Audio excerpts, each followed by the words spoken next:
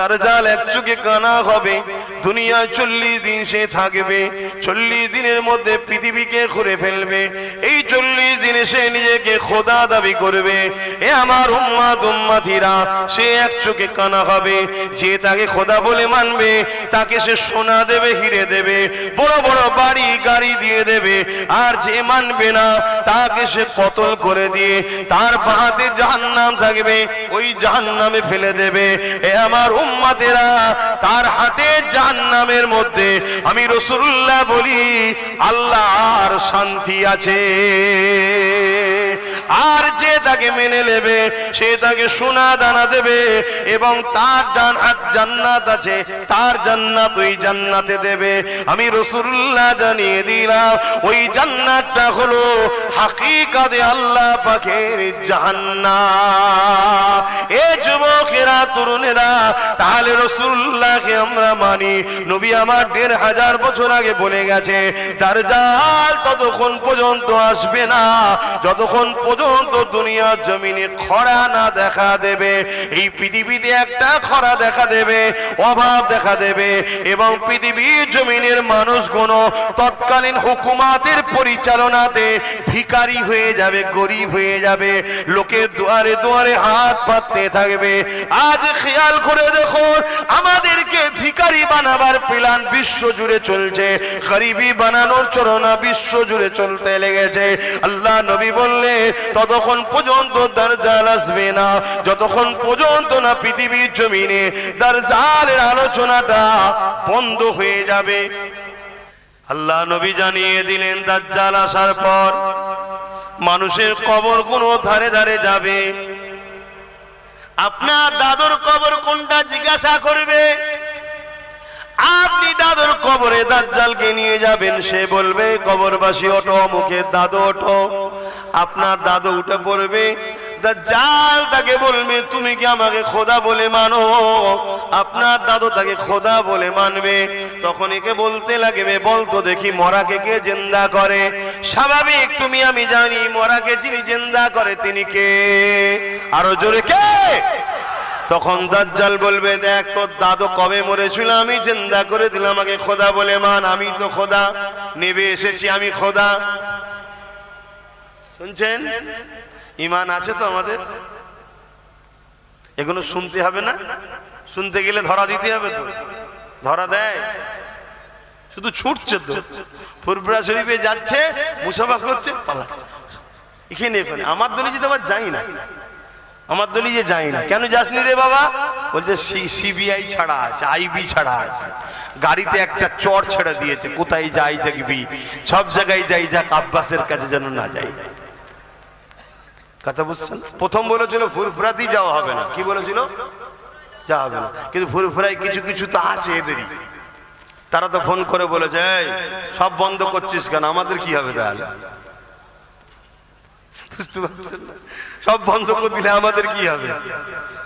ওর কথা বাদ দে, ওর কাছে নাই যে দিবিনি দিবিনি দিবিনি, আমরা তো তোদের দিকে, আমাদের কি সমস্যা হলো? দেখছি তাহলে কি করা যায়, প্ল্যান মাথায় ঢুকে গেছে। কি গাড়ি পিছু একটা করে সিবিআই ছেড়ে দিয়েছে, পিছু পিছু ঘুরবি, কোথায় যাই দেখবি। দুজন ঢুকেছে, টুক করে বলছে হুজুর আমি ভাঙর থেকে এসেছি। মুসা ভাই পালাচ্ছিস কেন? বলছি এক্ষুনি দেখে ফেললো অসুবিধা আছে, সিবিআই আছে। যুবক, এভাবে বেঁচে থাকার থেকে না থাকা ভালো। এটা আব্বাস সিদ্দিকীর বিশ্বাস, এটাই আমার ইসলাম শিখেছে। একই জিন্দেগি, একই জিন্দেগি, আল্লাহ ছাড়া কাউকে ভয় করবে না। কাকে ভয় করবে? আল্লাহকে। আমাকেও নয়, পৃথিবীর কাউকে না। একমাত্র যে তোমার মৃত্যু দিতে পারে তিনি কে? একমাত্র তোমার জন্য ভালো মন্দের ফয়সালা যিনি করতে পারে তিনি কে? যদি তোমার আল্লাহ ভালো দেয়, ভালোর পিছনেও পরীক্ষা আছে। যদি আল্লাহ তোমাকে জালিম হুকুমতের কাছে অত্যাচারিত করে জেল খাটিয়ে তোমাকে বিনিময়ে জান্নাত দিতে চায়, এটাও তোমাকে রাজি হওয়া দরকার আছে, ঠিক না বেটা? মনে রেখে দিও, ইমামে আজম কেও জেল খাটতে হয়েছে। ইমামে আজম কি ফতোয়া চেঞ্জ করে দিয়েছিল? যদি ভালোবাসো যাবে, দুনিয়াকে ভয় করে নয়, বুক ফুলিয়ে যাবে, ভাইয়ের কাছে এসেছি। নবীর গোলামের কাছে এসেছি, নবী বংশের সন্তানের সঙ্গে দেখা করতে এসেছি। হ্যাঁ আলহামদুলিল্লাহ, অহংকার না, আম্মা বিনিআমাতি রাব্বিকা ফাহাদ্দিস। আমার দাদু জুলফিকার সিদ্দিকী, আমার দাদুর আব্বা পীর আল্লামা শাহ সুফি মুজাদ্দিদুজ্জামান আবু বকর সিদ্দিক আল কুরাইশি, ইনি সিদ্দিকে আকবরের খুন আর আমার নবীর খানদানের সন্তান। জোরে বলুন সুবহানাল্লাহ। কথা বুঝে আসছে? আর একদিক দিয়ে ইনি হযরতে মওলা আলী হুজুরের সন্তান, বংশের সন্তান। জোরে বলুন সুবহানাল্লাহ। যা কদিকে আমি আর আলোচনায় যাচ্ছি না, 4:30 পর্যন্ত হবার কথা, তো একটু হবে না থাকবে? 3:45 বাজছে, একটু বলবো একবার দরুদ শরীফ আল্লাহুম্মা। কাউকেই তো আমি বসাইনি, আর তুলবো কি করে? যে বসিয়েছে সে যদি তুলে লাই চলে যাবে। কে বসিয়েছে? হ্যাঁ আল্লাহ বসিয়েছে, আমি বসাতে পেরেছি নাকি? হ্যাঁ, এখানে না বিরিয়ানি আছে, না অর্ধেক উলঙ্গ নারীর নাচ আছে, তারপরে এসে জুটে বসেছে কি জন্যে? এ সব আল্লাহর প্রেমিক, নবীর প্রেমিক, তাই জুটেছে। জোরে বলুন সুবহানাল্লাহ। হতে পারে খালি মাথায়, হতে পারে প্যান্ট শার্ট পরা, বাইরেটা পচেছে, ভেতরে ঈমান এখনো ঠিক আছে। জোরে বলুন সুবহানাল্লাহ। যদি খুলেআম আজাদ দিয়ে দেওয়া হয় যে ইমানদাররা ইমানদারের মতো কাজ কাম করবে, তাদেরকে বাধা দেওয়া হবে না। আলহামদুলিল্লাহ, আজকের দিনে পৃথিবীর কোন জায়গায় কি আছে জানি না, বাংলায় ইমানদারের সংখ্যাটাই বেশি হয়ে যাবে। জোরে বলুন সুবহানাল্লাহ। আরো জোরে বলবেন না? কেন হবে? রিসেন্ট যিনি মুজাদ্দেদ হয়ে এসেছিলেন তিনি বাংলার সন্তান, তিনার 100 বছরের ফয়েজ এখনো চলছে। জোরে বলুন সুবহানাল্লাহ। আল্লাহ নবী জানিয়ে দিলেন এমন করে পৃথিবীর জমিনে দাজ্জাল এসে মানুষকে ধোঁকা দিতে লাগবে। যদি কেউ তাকে খোদা বলে না মানে, এমন করে তাকে কতল করে দেবে, টুকরো টুকরো করে দেবে, করে দিয়ে আবার জিন্দা করে দেবে। এই জিন্দা করার ক্ষমতাটা আল্লাহ তাকে দেবে। এ যুবকেরা এমন করে জিন্দা করে দিয়ে বলবে যে আমাকে আল্লাহ বলে মানো।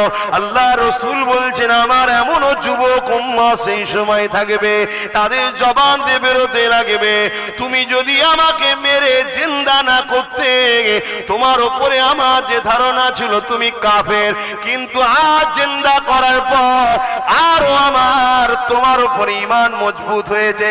কি ঈমান মজবুত হয়েছে? আল্লাহ নবী বলেছিল দাজ্জাল আসবে, তার কপালে লিখা থাকবে কাফের, তুমি হলে সেই দাজ্জাল কাফের। আমার নবী বলছে আমার এমন উম্মত থাকবে যুবকরা, তখন তারা ডাইরেক্ট বলবে যে তোমার এই জিন্দা করাতে আমার ঈমান আরো পাকা হয়ে গেল নবীর হাদিসের উপরে, তুমি হলে সেই নবীর ভবিষ্যৎবাণী।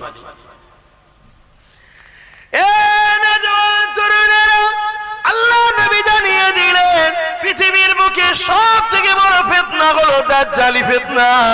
সামান্য দাজ্জালের চেলাদের ফিতনায় যদি আমরা অতিষ্ঠ হয়ে যাই, সামান্য দাজ্জালের চেলাদের ফিতনাতে যদি আমরা দিশেহারা হয়ে যাই, সামান্য দাজ্জালের চেলাদের ফিতনাতে যদি আমরা আমন করে দিবা বাইদি গুদি হয়ে যায়, সামান্য দাজ্জালের চেলাদের ফিতনায় যদি নিজেদের করে আল্লাহ নবীর দিক থেকে সরিয়ে নিয়ে দূরে চলে যায়, তাহলে দাজ্জালি ফিতনাতে আমাদের ঘরের ছেলেদের কি হবে উপায়?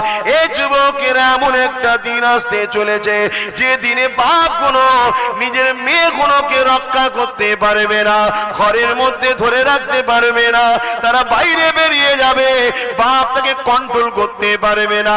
আল্লাহ নবী বললেন এমন একটা দিন আসছে ওই দিনে তোমরা মসজিদে যেতে পারবে না। আল্লাহ নবী বলছেন এমন একটা দিন আসছে ওই দিনে তোমরা নিজেদের ঘরে যদি বাঁচাতে চাও, লোকালয় ছেড়ে দিয়ে তোমাদের ঘরে জঙ্গলের মধ্যে চলে যেতে হবে। আল্লাহ নবী বলছে এমন একটা দিন আসছে ওই দিনেতে সমাজের সমস্ত জায়গায় নেতৃত্ব মাথায় বসে যাবে সমাজের অশিক্ষিতরা, সমাজের মূর্খরা, সমাজে যারা বম্পট বদমাইশ তারাই সব চলে যাবে। বাজার কোনো দায়িত্ব তাদের হয়ে যাবে, শহর কোনো দায়িত্ব তাদের হাতে চলে যাবে, রাষ্ট্রের দায়িত্ব তাদের হাতে চলে যাবে। তারা সমাজের বুকে ফিতনা ছড়াবে, গুন্ডাগিরি করবে, এমন কোনো সভ্যতা ছড়াবে, সারা মদ জুয়া জেনা ব্যভিচারী সমাজের মধ্যে ভরে যাবে। আল্লাহ নবী জানিয়ে দিলেন তখন হবে কিয়ামত একেবারে কাছে। আজকের আমার যুবকদের জিজ্ঞাসা করব, নবী পাকের হাদিসগুলো আজকের দিনে ঘটছে না ঘটেনি? জোরে বলুন। তাহলে আমাদের করণীয় কি? আল্লাহ নবী বলছে ওই দিনে যারা এই অন্যায় গুলোর মোকাবেলা করে দাঁড়িয়ে থাকবে, ওই দাঁড়ানো অবস্থায় তারা যদি ওই লড়াইয়ে শহীদ হয়ে যায়, আমি রাসূলুল্লাহ জানিয়ে দিই আল্লাহ পাক তাদেরকে শহীদের মর্যাদা দিয়ে দেবে। আর যদি তারা কামিয়াবি হয়ে যায়, গাজী হয়ে যায়, আল্লাহ পাক তাদেরকে জান্নাত পুরস্কার দেবে। অবাক করা বিষয় হলো এটাই, এই পৃথিবীর জমিনে আজকে দিনে আমরা দেখছি নারীদের উপরে আবার নতুন করে জুলুম হতে লেগেছে, বিভিন্ন ভাবে জুলুম হতে লেগেছে, নারীগুলোকে আবার বেউজ্জতি করা হতে লেগেছে। এই আমাদের দায়িত্ব হবে রাসূলে পাকের দ্বীন ইসলাম যে আদর্শ আমাদেরকে শিক্ষা দিয়েছে, সেই শিক্ষাটা বাস্তব সমাজে প্রতিষ্ঠিত করা, পরিচালনা করা, সেই কোন সমাজের কাছে বেশি বেশি করে প্রচার করা। পৃথিবীর জমিনে যারা হকের পক্ষে ছিল তাদের উপরে যুগে যুগে অত্যাচার হয়েছে। তুমি আমি তো অনেক দূরের কথা, আল্লাহ পাক কোরআনে যাদের সম্বন্ধে বলেছে রাদিয়াল্লাহু আনহু ওয়া রাদু আন, আমি আল্লাহ যাদের উপরে রাজি, যারা আমার উপরে রাজি, তারা হলো সাহাবা। ওই সাহাবা হুজুরদের উপরে কেমন অত্যাচার হয়েছে জানো? তার থেকেও বড় বিষয়, জিনাকে সৃষ্টি না করলে কুল কায়নাত আল্লাহ বানাতেন না। সেই নবী পাকের উপরে কত অত্যাচার হয়েছে দেখো। আল্লাহ নবী নাই কথা বলার জন্য, আল্লাহ নবী সত্য কথা বলার জন্য, আল্লাহ নবী মানুষের পক্ষে দাঁড়াবার জন্য, আল্লাহ নবী গরিবদের ঘরে বাঁচাবার চেষ্টা করার জন্য, গরিবের হয়ে কথা বলার জন্য। আজ থেকে 1000 বছর আগে যখন নারীগুলোকে পুঁতে দেওয়া হতো, মেরে দেওয়া হতো, ওই নারীদেরকে বাঁচাবার জন্য নবী যখন কথা বলেছিল, তখনকার ক্ষমতার আসনে যারা বসেছিল তারা আমার নবী পাককে কেমন জুলুম করেছিল। আল্লাহ নবী যখন আল্লাহর দাসত্বে সিজদায় পড়ে যেত, তারা সঙ্গে সঙ্গে পচা দুম্বার ভুঁড়িগুলোকে নিয়ে আল্লাহ নবীর পিঠের উপরে চাপিয়ে দিত। আল্লাহ নবী পচা দুর্গন্ধ ভুঁড়িকে নিয়ে মাথা তুলতে পারতেন না। নবী আমার রব্বি রব্বি রব্বি আওয়াজ তুলতে, সুবহান রাব্বিল আলা আওয়াজ তুলে সিজদায় পড়ে থাকতে। আমার নবী পাকে কলিজা টুকরি খাতুনে জান্নাত তখন ছোট ছিলে, তিনি আগিয়ে এসে আব্বা জানের পিঠ থেকে যখন ওই দুম্বার পচা ভুঁড়িগুলো নাপিয়ে দিতে, তখন আল্লাহ নবী মাথাটা দুটাতো। এ যুবকেরা হকের পক্ষে থাকাইতে আমার নবীর উপরে যদি জুলুম হতে পারে, আমার উপরে হবে না এ আশা করাটা তো আমার পিতা হবে, তোমাদের উপরে হবে না এ আশা করাটা তো পিতা হবে। তবে মনে রাখবে, তুমি নিজেকে তোমার আল্লাহর কাছে লুকাতে পারবে না। তুমি হকের পক্ষে যদি থাকো, যতই জুলুম আসুক না কেন, যত অত্যাচার আসুক না কেন, তুমি পাকে মজবুত করে রাখো। যদি ওই অবস্থায় তোমার মৃত্যু হয়ে যায়, কোনো চিন্তা করো না, কেননা মৃত্যু তো একদিন না একদিন হবার। তবে হকের পক্ষে যদি মৃত্যু হয়, মনে রেখে দিও আমার আল্লাহ তোমার জন্য দুনিয়ার সমস্ত গুনাহ মাফ করে দিয়ে নাজাত দিয়ে দেবে। আরো জোরে বলুন সুবহান। ইসলামের কথাই বলছি তো নাকি? একটু সবাই আওয়াজ দিয়ে বলুন, বলছি তো নাকি? কারা বলছেন যে ইসলামের কথাই বলছেন একটু হাত তুলে সাক্ষী দেন, একটু হাত লম্বা করে তোলেন। আলহামদুলিল্লাহ। 2-4টা যদি মাতাল এখন বলে যে কি বলেছিল ইসলামের কথা বলেনি, তা আমি কি করতে পারি বাবা? ঠিক না বে ঠিক গো? কেউ যদি মনে করে যে ভাঙরে আসা বন্ধ করে দেবো, এখানে আসা বন্ধ করে দেবো, ওরে পাগল, আল্লাহর জমিনটা কি শুধু ভাঙর কেলিয়ে নাকি? হ্যাঁ, এই আল্লাহর জমিনটা কি শুধু ভাঙর কেলিয়ে? কিছু বলবেন? আচ্ছা, কি গো বলবেন তো, আল্লাহর জমিনটা কি ভাঙর কেলিয়ে? হ্যাঁ, শোন, তুই তো আমায় বলবি দুনিয়ার শয়তানের খুশি করার জন্য বলবি যে ভাঙরে আসা বন্ধ করে দেবো। শোন, আমার আল্লাহ যদি তোকে জান্নাত যাওয়া বন্ধ করতে কি হবে বল দেখি? কেমন হবে কি? যে ঠিক আছে, আমার নবীর গোলামটা, আমার নবীর বংশের ছেলেটা আব্বাস যখন হক কথা বলছিল, তো দুনিয়ার শয়তান তোকে চাপ দিয়েছিল, এই কি হলো, কি করে এইসব হচ্ছে দেখতে পাচ্ছিস নি? তুই তখন দুনিয়ার ওই শয়তানকে খুশি করার জন্য এলাকার গরিব গরিব ছেলেগুলোর উপর জুলুম অত্যাচার করেছিলি, চমকেছিলি, ধমকেছিলিস। তা আজকে তোর জান্নাত যাওয়া বন্ধ করে দিলাম, যা। এবার কেমন হবে কি গো, বুঝতে পারছো না? আমরাও সেদিন বলবো, কি বুঝছো এখন? ভাল লাগছে তো? চিন্তার কোনো কারণ, হাসি খুশিতেই থাকো, বুকে হাত দিয়ে বলো, তোমরা কেউ নবীর দ্বীনের দুশমন নাকি? তোমরা কেউ নবীর দুশমনদের করে সাপোর্ট করো? তাহলে চিন্তা করুনি, যদি গুনাহ হয়েও থাকে তওবা বেশি বেশি করো, আল্লাহ মাফ করে দিয়ে জান্নাতি দেবে। জোরে বলুন সুবহানাল্লাহ। শুধু দুটো জিনিস, আল্লাহ আল্লাহ, ভেঙে পড়ার কিছু নেই। আমি শুধু দুটো জিনিস না হয়, এক, নিজে নবীর দুশমন বা নবীর দ্বীনের দুশমন হব না। দ্বিতীয়, কেউ দুশমন করলে তার দিকে যেন আমাকে দেখা না যায়। কিছু বুঝাতে পারলাম? আমি যদি ইসলামের উপকার করতে নাও পারি, আমি যদি ইসলামের উপকার করতে নাও পারি, আমার দ্বারা যেন ক্ষতি না হয়, মনে থাকবে। আর দ্বিতীয় কি, যারা ক্ষতি করে তাদের দলে যেন আমায় দেখা না যায়। এই দুটো কথা মনে রাখবে। আল্লাহকে সাক্ষী রেখে বলছি, আমার জ্ঞান, আমার এলেম শুধু ওই বইয়ে পাওয়া যায় তা নয়। তুমি এটাও শুনে রেখে দাও, এলেম শুধু ওই বইয়ে পাওয়া যায়, পড়লেই শুধু হয়ে যাবে তা নয়। আহা, কিছু আল্লাহ পাক কিছু তার পক্ষ থেকে স্পেশাল রেখে দেওয়া হয়, বেশি আর বলা যাবে না। তো নবী পাককে যদি তুমি ধরে রাখতে পারো, তো নবী পাককে ধরবে কি করে? অর্থাৎ নবীর ওয়ারিস যারা, আল উলামা ওয়ারাসাতুল আম্বিয়া, যারা নবীর পক্ষে তোমাদেরকে ডাকে, নবীর পক্ষে ডাকে, তাদেরকেও যদি ধরে রাখতে পারো, মনে রেখে দিও, তাদের সাথেই তোমরা জান্নাত চলে যাবে। জোরে বলুন সুবহানাল্লাহ। কত দয়ালু জানো আমার আল্লাহ, কত দয়ালু জানো। আমি এটা বলবো, কিয়ামতের দিন তো সব গরিবদের বাজার চলবে। যারা গরিব, কিয়ামতের দিনে তাদের বাজার চলবে। সেখানে যা বলবে আল্লাহ কি গরিবরা, আল্লাহ সেটাই কবুল করবে। জোরে বলুন সুবহানাল্লাহ। এমন কি ফেরেশতারা কিছু কিছু গরিবকে বলবে, তোমরা ওই দিকে যেও না, এই দিক থেকে জান্নাত চলে যাও। কেন? তোমরা যদি ওই দিকে যাও, ধরুন আমি একটা গরিব, আমিও গরিব, বুঝাবার জন্য বলছি, একটা কাউকে হয়তো কিছু কাপড় দিয়েছি, আমি ধরা পড়ে গেছি, আর গরিব তো কিয়ামতের দিন নাজাত পাবে, তাকে তো আল্লাহ সাহায্য করবে, ছাড়বে। আমি তখন তাকে বলবো, ভাই তোমাকে আমি দুনিয়ায় একটা সাহায্য করেছিলাম, তুমি এখন আমার জন্য একটু বলে দাও। এই গরিব যখন তার হয়ে বলবে, আল্লাহ তাকেও জান্নাত দেবে। জোরে বলুন সুবহানাল্লাহ। শুনছেন তো?